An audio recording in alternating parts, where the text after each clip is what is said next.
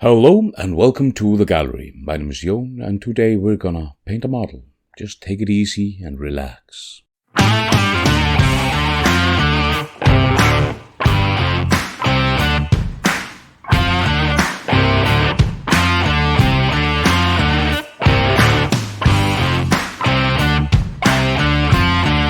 Of late I've been painting a lot of models with this theme of going through a tutorial of all the colors and every single thing that I'm doing in a quick and easy manner.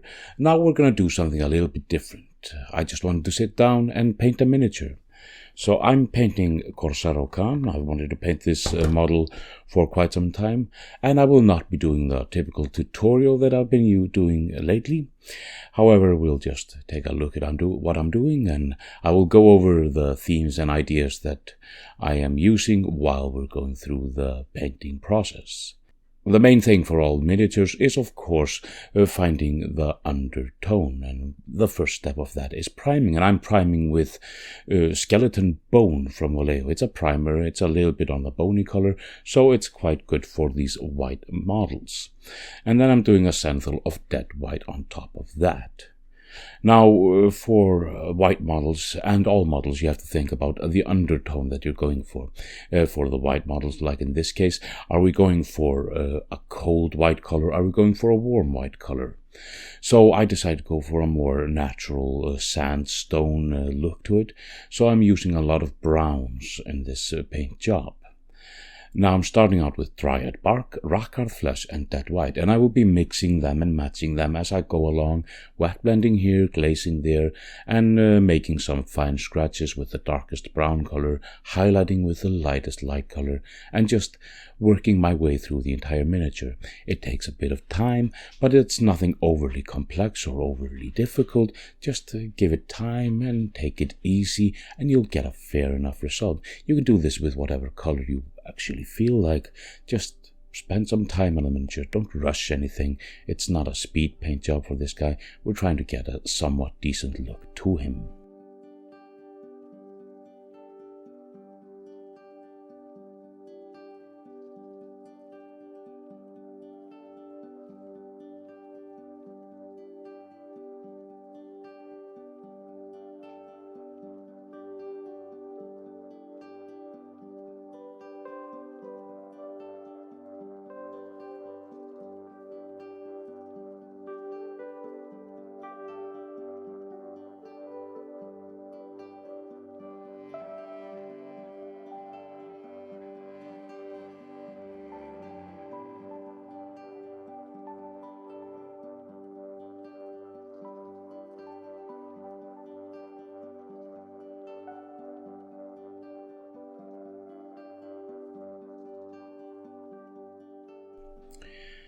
Now for the trims and everything like that, I'm going for black red from Vallejo and a flat red. And I will be mixing them together and then adding a little bit of bone white into the red color to make some sort of highlight. It's not as pink as if I would use straight up white or the dead white, which still has a little bit of beige color to it, or not as orange if I would use, well, orange or adding a yellow to it or something like that, and not as well, pink or purplish as if I would use some sort of blue color. We get this slightly warmer red color that looks somewhat okay for this. For some added shadows here and there, I'm adding some null, just glazing that into the corners and everything like that, so we get some nice look to them.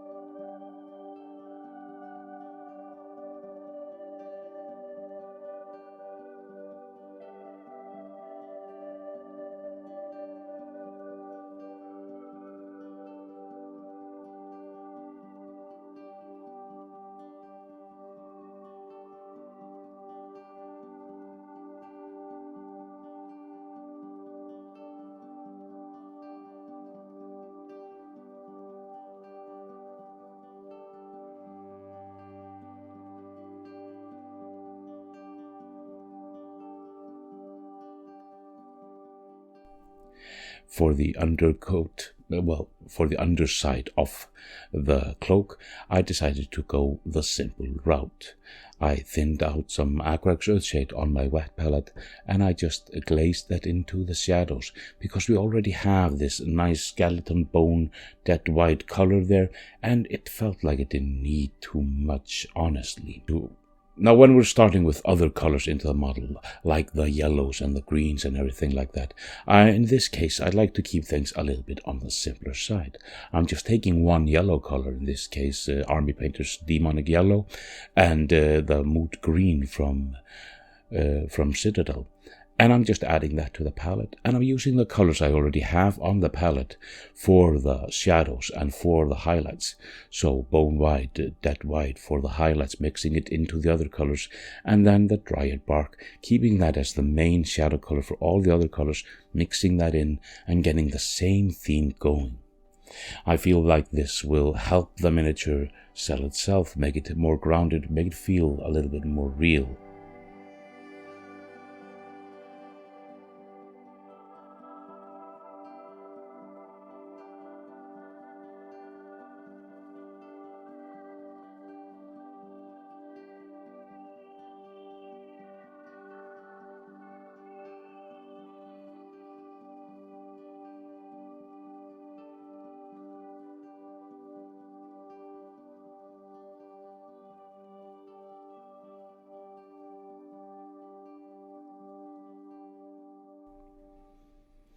The Under Armour is quite simple. We're using Black Templar. I'm always using Black Templar for Under Armour for all those pesky Space Marines. But in this case, we're going to add a few extra details a little bit later on. So we're thinning it out on the wet palette, so it's more of a, well, somewhat in the cusp of being non-oil, but a little bit darker. The purity seals, we're not getting any new colors, we're just using the same colors we have on the wet palette. The red, adding a little bit of the dead white, a little bit of the bone white into it, just finding the colors we need. We have a fair few paints on the palette already, so there's no need to get any more. And if you have always the same colors that you're using, you're getting a more cohesive paint job, well, in my opinion, of course, at least. And for those scrolls and everything like that, we have bone white, we have dead white. Let's use them, let's not go overboard. And then we're using the Black Templar to scribble in all the scrolls.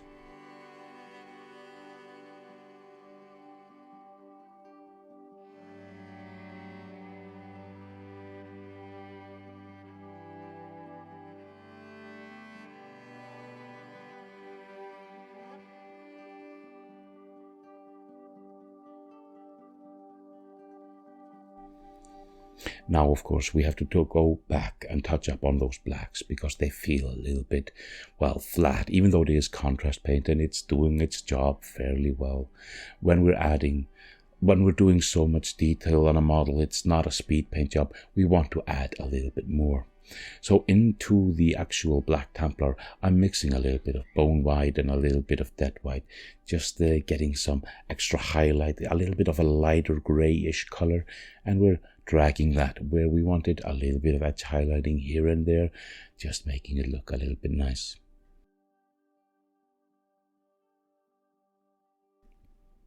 Now at this point, of course, I have to point at all the stuff around and in the description, the liking, sharing and everything like that, and the Patreon and the Amazon affiliate store. And, well, you know the drill. You can click on it if you want to. If you don't, that's perfectly fine. Now, for the next two bits, the fur and the bird, why not work with what we have here? This is some interesting textures that are going on, and of course they are perfect for contrast paints. So let's use them in this small part of the model. For the fur, I'm using snakebite leather, but I'm mixing it with a little bit of contrast medium because I want to be able to control it a little bit more so I can put more layers or less layers as I feel like it. Because sometimes you don't want it to be too overpowering. You want the shadows to be a little bit darker and the highlights to be a little bit lighter. And if you're just slathering it on, you're getting a good result, but you're not getting maybe the optimum result. So I put that on, and then I'm adding a little bit of shadow here and there with nose oil, and then a soft dry brushing of palette witch flesh just over the top.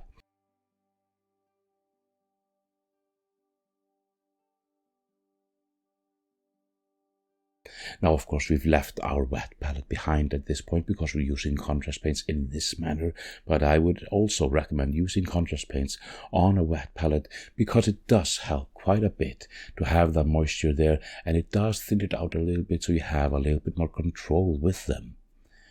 For the bird, we're using a lot of different colors and different types of colors. We're using the contrast paint Gore-Grunter's Fur, but we're also mixing it with a Reichland Flesh Shade and a little bit of Fuegian Orange, just so we get this tonal variant to the bird. And of course, a little bit of Null-Noir here and there, and Ashen Grey on the talons, just so we can get them done in a fairly quick manner. For the eyes, I'm just putting in a little dollop of the demonic yellow and the whites I already have on the palette, because why would I need to get some more? Now, the actual skin tones of the heads of this model, both the decapitated dead one and the actual Corsaro Khan head, I'm using the same colors for both of them. I'm just mixing it a little bit different, a little bit more pale for the actual dead head, and a little bit more, well, alive and kicking for Corsaro himself.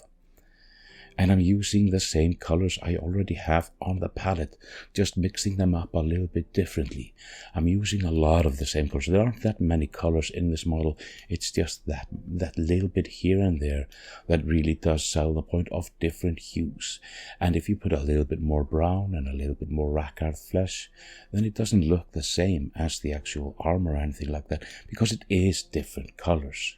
And for the belts and the leather and the skulls, it's always the same color I'm using, just mixing it a little bit different, and it does give a totally different result. Even though we're just using the same colors, just a hint of a different tone here and a hint of a different color there. For the metallics and the gold, I wanted to use TMM. I was contemplating using NMM, but I don't feel comfortable enough with it, so I decided to add a little bit of extra steps to my metallics and see how they come out. I'm starting with the silver paint, and I'm using Vallejo silver because I love it and it flows well. However, I'm adding a little bit of black ink into it, and also a little bit of Incubi darkness, so it will have this slightly blue tone to it, and I have these separate values of silver paint that I can use. Now, to be honest, it didn't really pan out as I had hoped. It looks a little bit on the iffy side, but I decided to just let it stay like that, and it's a learning experience that I can try to remember in the future. A little bit of contrast paint here and there, just for some power nobulets that are here and there, and then we're working our way into the gold. And I liked the mixture of gold that I made for this. It felt really nice and warm and really, well, dynamic. I'm using Warblock Bronze as the base tone because it's a really dark metallic paint. And I'm mixing that with Retributor Armor and silver, just like we did with the regular paint, finding the midtones and then layering and glazing and wet blending and everything like that. And with this, specifically with the silver and the silver mixed Retributor Armor, I'm really going for sharp highlights, because those sharp highlights sell the shininess of the metallic paint. And it's really working well with this because it's already metallic, but it's looking even more metallic and even more shiny and dynamic for it. The base was quite simple. He's standing on a tactical rock, so let's just paint the rock with contrast paints, a couple of layers. It's not that much time that I'm spending on the base because we'll be using other stuff on the base as well. A little bit of dead white here, a little bit of storm ermine fur, a little bit of dry brushing, a little bit of this and that. But then I'm gluing on those lovely Deadland tufts, and I'm using a lot of pigment powders, and that really does sell the effect that this is looking like a real ground. Now, in my opinion, this was quite a complex paint job, but it was rather simple because I was using simple methods here and there, just took a lot of time. I like this outcome. I don't know if you will, but let's just go into the reveals and you can see what you feel about them. But anyway, thank you very much for joining me here today. There are links in the description for all kinds of stuff, social media, the Amazon affiliate store, and various platforms like that. Look forward to seeing you on the new year, and keep the colors flowing. But let's jump into the reveals.